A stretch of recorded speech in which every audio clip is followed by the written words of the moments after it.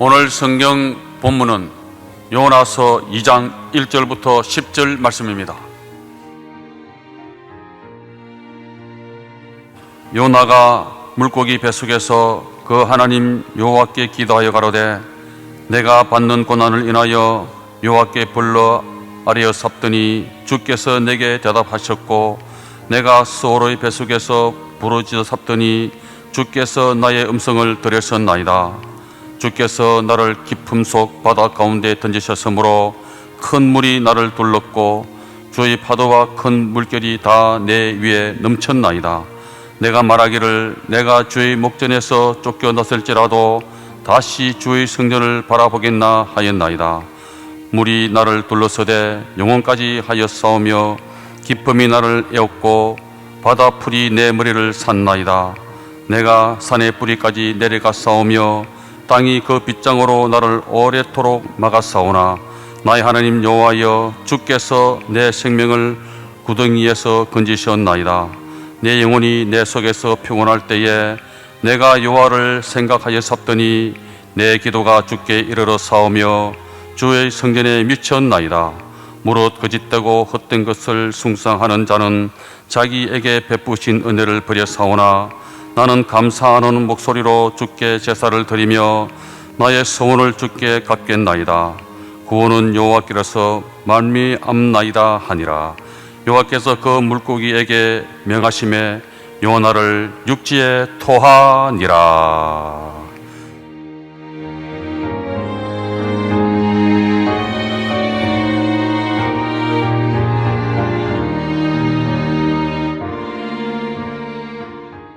실패를 딛고 재기한 요나이란 제목으로 말씀을 드리겠습니다. 성경에는 사람들이 하나님과의 관계에서 경험하고 처신한 갖가지 태도와 사건들이 기록되어 있습니다.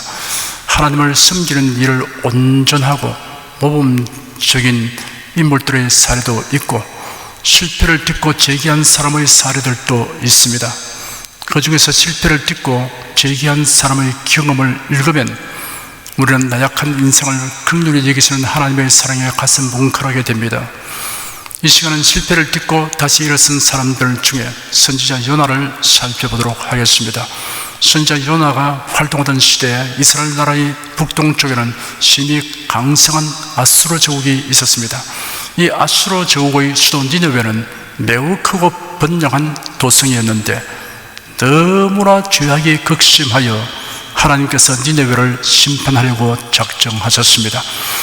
그러나 자비하신 하나님께서는 우선 선지자를 그곳에 보내어 심판을 경고함으로 니느웨 사람들이 회개하여 멸망을 면하도록 하기 원하셨습니다. 그에 이어 아미떼의 아들 선지자 요나에게 말씀하셨습니다. 너는 일어나 저 큰 성읍 니느웨로 가서 그 성읍을 향하여 외쳐라. 그 악독이 내 앞에까지 올라왔기 때문이다. 이러한 하나님의 명령을 받은 요나는 거부 반응을 나타내었습니다. 그 이유를 여러 가지로 생각해 볼 수 있습니다. 첫째, 적대국인 아수르 제국의 수도 니느웨로 가서 경고의 메시지를 외친다는 것은 몹시 부담스러운 일이었습니다.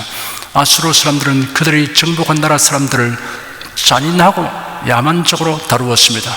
그들이 정복한 백성들을 못이 박힌 기둥에 매달고 찔렀으며 도시들을 불태우고 재물을 탈취했습니다. 피정복민들을 포로로 끌어갔으며 그들이 정복한 지역에는 다른 피정복민들을 거주하게 함으로써 재기불능하게 하였습니다. 이러한 나라의 수도 니느웨로 가서 저 포악한 사람들에게 경고의 메시지를 선포하려면 신변의 위험을 무릅써야 합니다. 둘째, 이스라엘 나라에서 니느웨까지는 멀고도 험한 여행길을 가야만 합니다. 이스라엘 나라에서 니느웨까지는 약 700km 이상이나 떨어져 있습니다.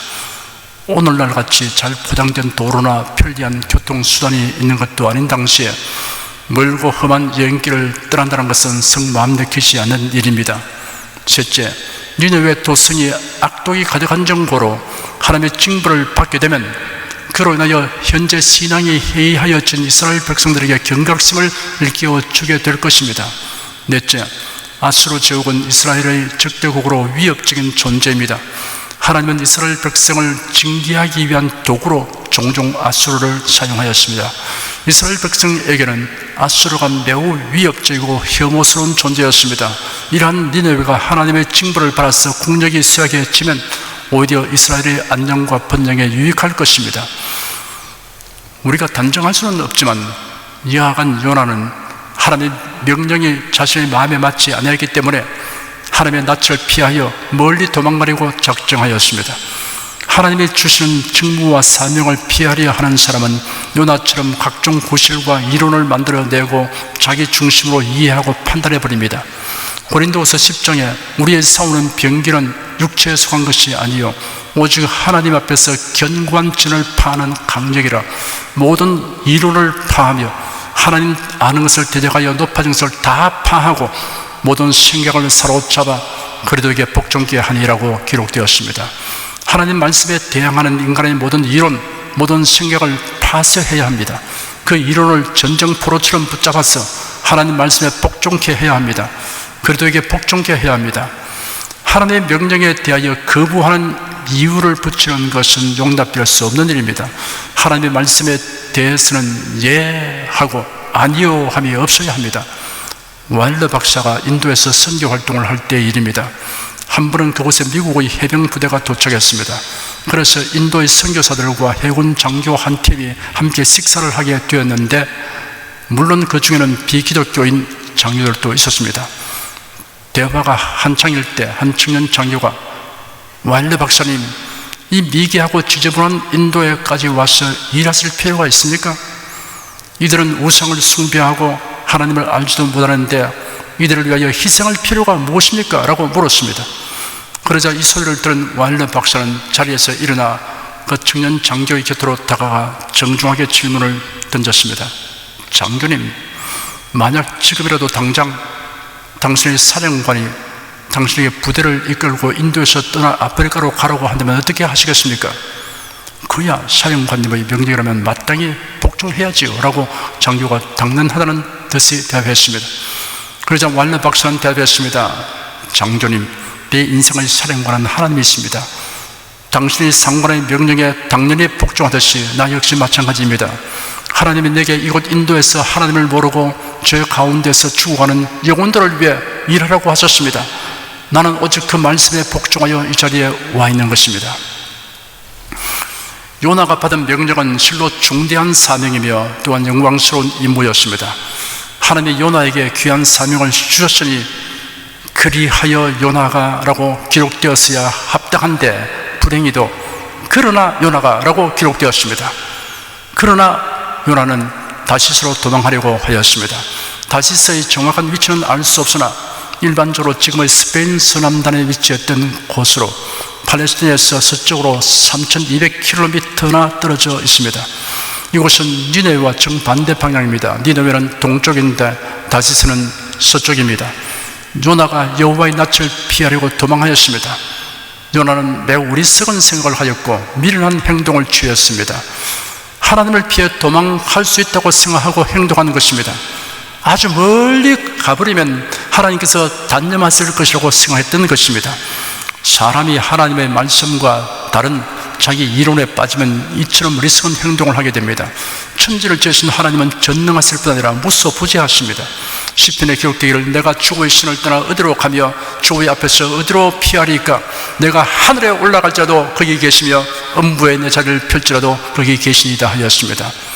여호와의 낯이란 하나님과 친밀하게 교통하는 장소엔 성전이 있는 이스라엘 백성의 땅을 의미합니다.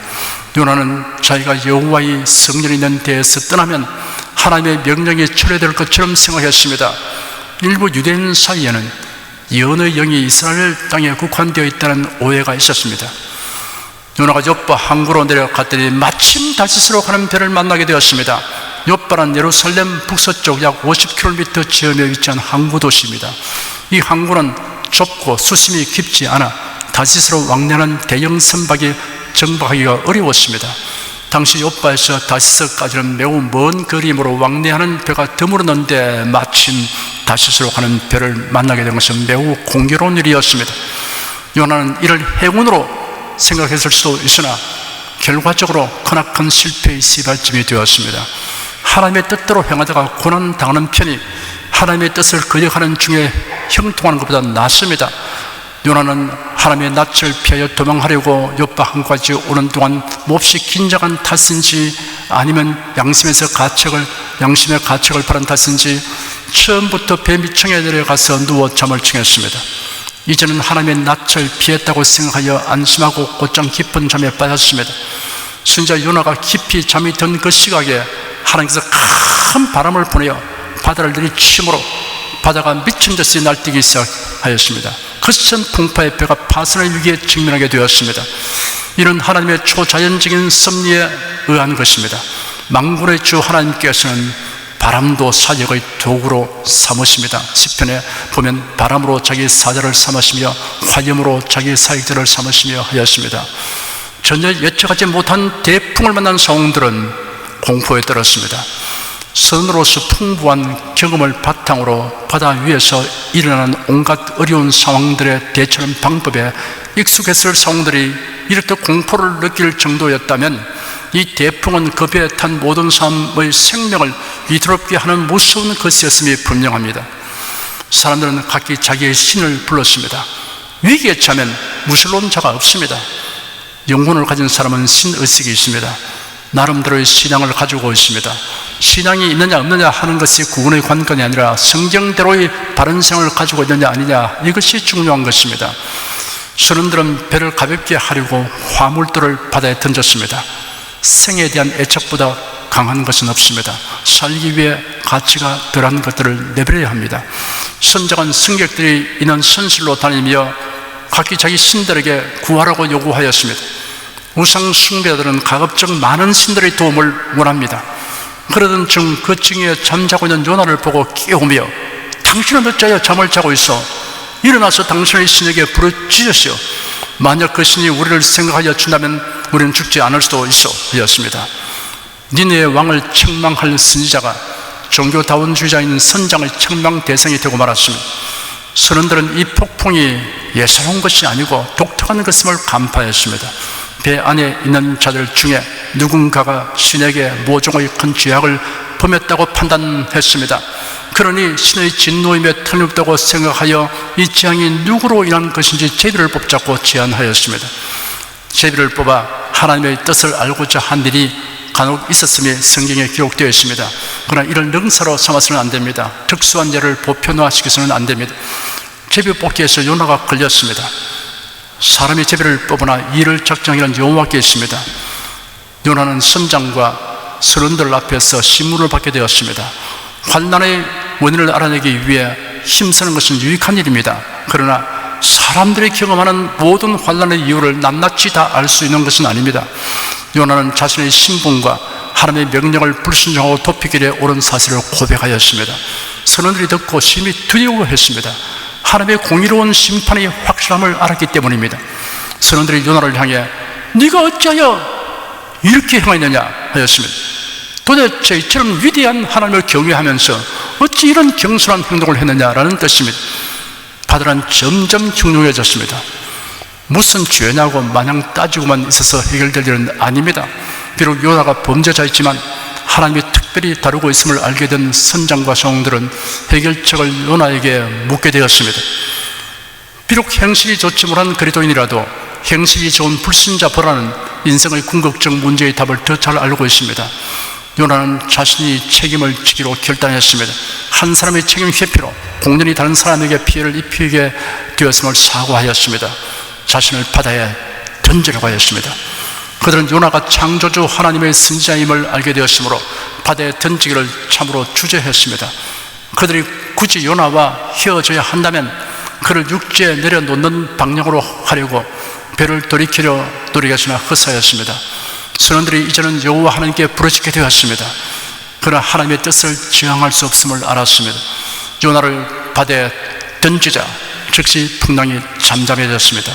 문제의 원인을 제거하면 문제는 해결되기 마련입니다. 바다에 던짐을 바른 요나는 큰 물고기가 삼키었습니다. 그런데 이 물고기는 하나님이 예비해 놓으신 물고기였습니다.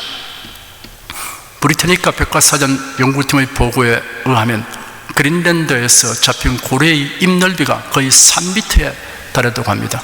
그 고래가 입을 벌렸을 때의 크기는 작은 집 한 채의 크기였습니다. 포클랜드 섬에 호기잡이 배 두 척이 출항했습니다.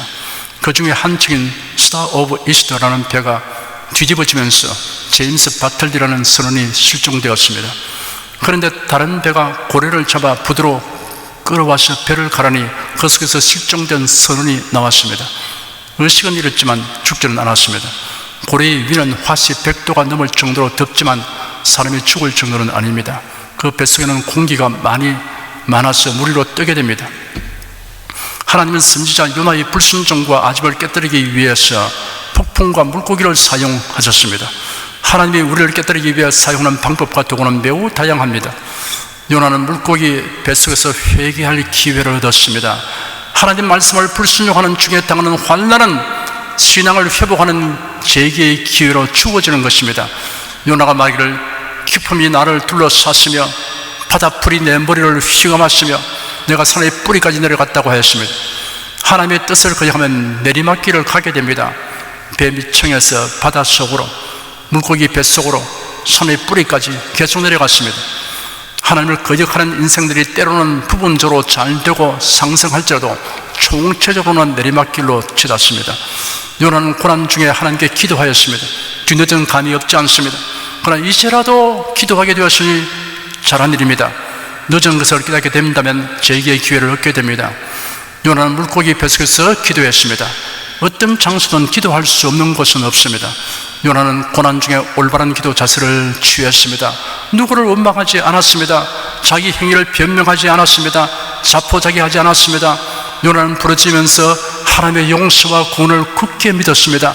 내가 말하기를 내가 주의 목전에서 쫓겨났을지라도 다시 주의 성전을 바라보겠다 하였나이다 하였습니다. 이런 뻔뻔스러운 태도가 아닙니다. 회개할 때는 하나님의 긍휼을 기대해도 좋습니다. 아버지를 떠났다가 재산을 탕진하고 곤절해 죽을 지경이 된 둘째 아들이 아버지께로 돌아왔을 때 아버지는 그 아들에게 뻔뻔스러운 녀석이라고 말하지 않았습니다. 오히려 탕자를 얼싸안고 입을 맞추었으며 잔치를 배설했습니다.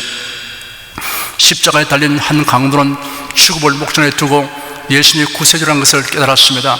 그가 할 수 있는 것은 달리 없었습니다. 예수님, 당신이 나라에 들어가실 때 저를 기억하여 주십시오 하였습니다. 예수께서 너는 참으로 뻔뻔하구나 라고 대답하시지 않으셨습니다. 내가 진실로 네게 말한다. 오늘 네가 나와 함께 나그네에 있으리라 하셨습니다. 요나가 기도하기를 내가 받은 고난을 위하여 여호와께 부르짖었더니 주께서 내게 대답하셨고 내가 서로의 뱃속에서 부르짖었더니 주께서 나의 음성을 들으셨습니다 하였습니다. 그리고 이어서 내가 산들의 뿌리까지 내려갔으며 땅은 그 빗장으로 나를 오랫도록 막았으나 나의 하나님 여호와께서 내 생명을 구덩이에서 건지셨습니다 하였습니다. 들었었습니다. 건지셨습니다 라고 이미 응답과 구원을 경험한 것으로 간주하고 말했습니다. 이것이 하나님을 향한 믿음의 기도입니다. 요나는 하나님을 계속 생각함으로 비관적이고 부정적인 생각이 마음에 자리 잡지 못하게 하였습니다. 내 영혼이 내 속에서 피곤할 때 내가 여호와를 생각하였더니 내 기도가 주께 이르렀으며 주의 승리에 이르렀습니다 하였습니다. 생각은 일종의 기도입니다. 사도 바울은 하나님을 가리켜 우리 가운데서 역사하시는 능력대로 우리의 온갖 구하는 것이나 생각하는 것에 더 넘치도록 능히 하시리라고 하였습니다. 이사야 선지자는 이스라엘 백성이 부정적이고 비관적인 생각을 하는 것이 합당치 않음을 이렇게 지적하였습니다. 야곱아 네가 어찌하여 말하며 이스라엘아 네가 어찌하여 이르기를 내 사정은 여호와께 숨겨졌으며 원통하는 것은 내 하나님에게서 수리하심을 받지 못한다 하느냐 하였습니다. 요나는 하나님의 베푸신 은혜를 소중히 알고 그 은혜 안에 살겠다고 다짐했습니다. 무릇 거짓되고 헛된 것을 숭상하는 자는 자기의 베푸시는 은혜를 버렸지만 저는 감사하는 목소리로 주께 제사를 드리며 내가 서운한 것을 갚겠습니다 하였습니다. 거짓되고 헛된 것을 숭상하는 자는 참되신 하나님의 은혜를 버린 자입니다.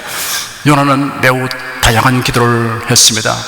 회개 기도, 소망의 기도, 믿음의 기도, 감사 기도, 서원 기도를 하였습니다. 하나님께서 요나의 기도를 들으시고 물고기에게 명하여 요나를 육지에 토하게 하셨습니다. 하나님의 명령을 어기면 흑암 중에 처하게 되나 회개하면 광명으로 나오게 됩니다. 환난의 물고기도 기도하는 자는 토해냅니다. 하나님께서 요나에게 다시 명령을 내렸습니다. 너는 일어나 저 큰 성읍 니느웨로 가서 내가 네게 명한 바를 그들에게 선포하라. 하나님이 요나에게 재기의 기회를 주신 것입니다.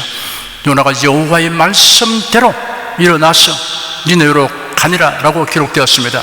하나님의 명령을 받은 처음에는 그러나 요나가 라고 하였는데 이제는 그리하여 요나가 라고 표현할 수 있게 되었습니다.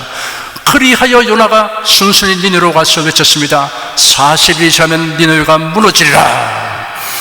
사람의 생애에 있어서 가장 빛나고 아름다운 기록은 무엇일까요? 역사책에 기록할 만한 영웅적 행위나 업적입니까? 한평생 부귀 공명을 누린 것입니까? 아닙니다. 그가 하나님의 말씀대로 행하였다, 이 한 줄의 글로서 기록될 수 있는 생애보다 더 나은 것은 없습니다. 전날에 불순종하더라도 오늘 하나님 말씀대로 행한다면 하나님은 전날의 과오를 문제 삼지 않으십니다. 돌이킬 수 없는 과거지사에 집착하지 말아야 합니다. 하나님 앞에서는 현재가 더 중요합니다. 니느웨는 고대 메소포타미아 성읍 가운데 하나로서 요나 당시 아수르 제국의 수도였습니다. 니느웨 성읍은 그 둘레가 약 96km에 달하였고 1500개의 탑이 있었으며 성벽은 30m 높이에 성벽 위로 3대의 마차가 나란히 달릴 수 있을 정도였다고 합니다. 좌우를 분별하지 못하는 어린 자들만 12만 명이었다고 하는 것을 보면 그 성에는 적어도 60만의 인구가 있을 것입니다. 고대 도시로서는 엄청난 규모입니다. 요나는 니느웨 성에 들어가자 곧장 하나님께서 주신 말씀을 외쳤습니다. 매사를 신중히 행하는 것이 좋습니다. 그러나 복음을 전파하는 일을 지나치게 신중하게 해서는 안 됩니다. 영혼 구원은 시급한 일입니다. 때로든지 물든지 복음을 전파하라고 했습니다. 요나는 하나님께로부터 받은 말씀을 그대로 외쳤습니다. 이스라엘 백성이 가나안에 들어가기 전부터 하나님께서 하신 말씀은 내 말을 가감하지 말라는 것이었습니다. 하나님 말씀을 자신의 이념과 사상의 틀 속에 집어넣고 변형시켜서는 안 됩니다. 하나님의 말씀을 자기 신학과 철학을 주장하기 위한 포장과 그릇으로 삼는 자들로 인하여 수많은 영혼들이 피해를 입고 있습니다. 내가 네게 명한 바를 그들에게 선포하라, 이런 복음 전파의 철칙입니다. 요나의 외침을 듣고 니느웨 백성들은 하나님을 믿고 금식을 선포하고 굵은 배를 입었습니다. 백성들의 회개 소식이 왕에게 알려지자 왕은 적극적으로 회개하는 일에 가담했습니다. 거국적인 행사가 되게 하였습니다. 조서를 내렸습니다. 금식을 선포했습니다. 굵은 배를 입게 했습니다. 여호와께 힘써 부르짖게 했습니다. 악행을 버리게 했습니다. 아브라함 링컨은 남북 전쟁이 중반으로 접어들어 한창 전쟁이 치열했던 무렵인 1863년 4월 30일 목요일을 국가적인 금식기도의 날로 정하자는 연설문을 작성한 바 있습니다. 그 연설문에 이렇게 말하고 있습니다. 이것은 비단 하나님의 지배 아래 있는 그리스도인들뿐 아니라 우리 온 국민의 의무입니다. 죄와 허물을 겸손히 고백하고 진심으로 회개한다면 하나님의 자비와 용서를 경험하게 될 것입니다. 우리는 하나님을 진심으로 섬기는 나라들만이 복발할 수 있었다는 숭고한 진리를 깨달아야 하며 그것은 역사가 증명하고 있는 것입니다. 지금 우리나라를 황폐케 하는 이 남북 전쟁의 참화는 우리의 염치 없는 죄에 대한 형벌일 뿐 아니라 국가적인 개혁이 필요하다는 징조일지도 모릅니다. 그동안 우리는 계속되는 성공에 도취되어 아무런 부족도 느끼지 않을 정도로 오만해졌고 우리를 만드신 하나님께 기도조차 하지 않을 정도로 교만해져 있습니다. 그러므로 이제 우리는 진노하신 하나님 앞에 우리들 자신을 낮추고 국가적인 죄를 고백하며 하나님의 자비와 용서를 빌어야 할 것입니다. 대통령과 국민의 회개와 간구에 하나님께서 응답하셨습니다. 전쟁은 북군의 승리로 끝났습니다. 니네 왕이 공포한 조서 내용은 이러합니다. 사람이나 짐승이나 소떼나 양떼나 아무것도 입에 대지 말지니 곧 먹지도 말 것이요 물도 마시지 말 것이며 사람이든지 짐승이든지 다 굵은 배를 입을 것이요 힘써 여호와께 부르짖을 것이며 각기 악한 길과 선으로 향한 강포에서 떠날 것이라. 하나님의 혹시 뜻을 돌이키시고 그 진노를 거치사 우리로 멸망치 않게 하시리라. 그렇지 않을 줄을 누가 알겠느냐. 니네 왕은 자신을 비롯한 전 주민들의 회개와 금식까지도 하나님께서 심판을 처리하게 하는 절대적인 조건은 아니라 생각했습니다. 그런 사죄와 공로의 은총은 오직 하나님의 주권에 달린 것으로 믿었습니다. 이러한 겸손한 회개가 있었기에 니네 왕과 그 백성은 용서함을 바랄 수 있었던 것입니다. 성경이 말하는 회개라는 용어는 단지 후회하는 것이 아니고 완전한 방향전환, 방향수정을 따릅니다. 45도나 90도쯤 전환하는 사람은 신앙생활을 소일거리로 여깁니다. 신앙생활을 취미생활로 삼습니다. 무속적 기복신앙을 가집니다. 360도 전환하는 사람이 있습니다. 흉내를 내다가 결국은 원래대로 돌아가 버리는 사람입니다. 180도 전환해야 합니다. 이런 사람은 성경대로 믿으며 무슨 말을 만나도 주님을 떠나지 않습니다. 여러분은 사람 중심에서 하나님 중심으로, 자기 우선에서 하나님 우선으로, 자기 이론과 중에서 하나님 말씀대로 180도 전환된 생활을 하시기를 축원합니다. 이 시간 우리는 요나의 불순종과 이를 다루시는 하나님의 은혜로운 손길을 살펴보았습니다. 그리고 요나가 절망적 상태에서 회개와 믿음과 순종으로 재기하는 모습을 보았습니다. 하나님께서는 택하신 자들이 그릇 행할 때 다시 믿음과 순종의 자세로 일어서도록 재기의 기회를 주십니다. 우리가 그 기회를 경홀히 여기지 않아야 합니다. 사랑하는 여러분은 수록 주님을 섬기는 길에서 치우쳐 행하게 될 때 자기 주장과 이론의 틀을 만들어 그 안으로 피하려고 할 것이 아니라 속히 깨닫고 요나처럼 회개함으로 실패를 딛고 일어서십시오. 재기의 기회를 놓지 말고 선용하시기를 축원합니다. 기도하겠습니다. 하나님은 사람들을 긍휼히 여기시고 인내하시며 사랑해 주심을 성경에 여러모로 계시해 주었습니다. 오늘 살펴본 대로 니느웨 도성이 죄악이 극심함으로 하나님의 니느웨 성사람을 모두 멸절시키려고 작정했으나 그러나 하나님께서는 회개할 기회를 주셔서 그들이 다시 돌이키게 하기 위해서 선자를 보냈었습니다. 왕과 백성이 일치하게 다 그들이 회개하고 금식하며 부르짖고 돌아섰을 때 하나님이 용서해 주었습니다. 하나님, 선지자 요나가 하나님 명령을 받고 자기 마음에 들지 않으니까 토픽길에 올랐을 때 하나님이 즉시 내려버리지 아니하시고 하나님께서 큰 폭풍과 물고기까지 예비하셔서 재기의 기회를 주었습니다. 요나가 물고기 뱃속에서 산불이까지 내려가서 거기서 그가 하나님께 회개할 때 하나님은 다시 재기의 기회를 주셔서 그가 그 사명을 수행케 하셨습니다. 하나님, 우리들도 다 연약한 인생들에 불과합니다. 주 하나님, 우리가 좌우로 치우쳐 행하거나 넘어지고 쓰러질 때라도 하나님께서 그냥 버리지 아니하시고 재기하도록 기다려 주시니 감사합니다. 우리가 자기 고집과 이론의 틀 속에 집어넣고 자기 합리화시키고 있는 동안에는 희망이 없지만 그러나 어떤 방향이든 하나님께서 우리에게 우리 마음에 깨닫게 해주시면 즉시 돌아서서 회개하게 도와주시옵소서. 변명하지 말고 회개하게 도와주셔서 저희 다시 회복되게 하여 주시기를 원합니다. 하나님이 재기의 기회를 주신 것을 기쁘게 바라되게 도와주시옵소서. 하나님은 천번이고 만번이고 다시 일어서게 하시고 원점으로 돌려서 시작해 하시니 감사합니다. 그러나 살면서 점차 그런 일들이 줄어들게 도와주시고 또 거룩한 대로 완전한 대로 나아가는 성도들 되게 하여 주시옵소서. 예수 그리스도로 기도드립니다. 아멘.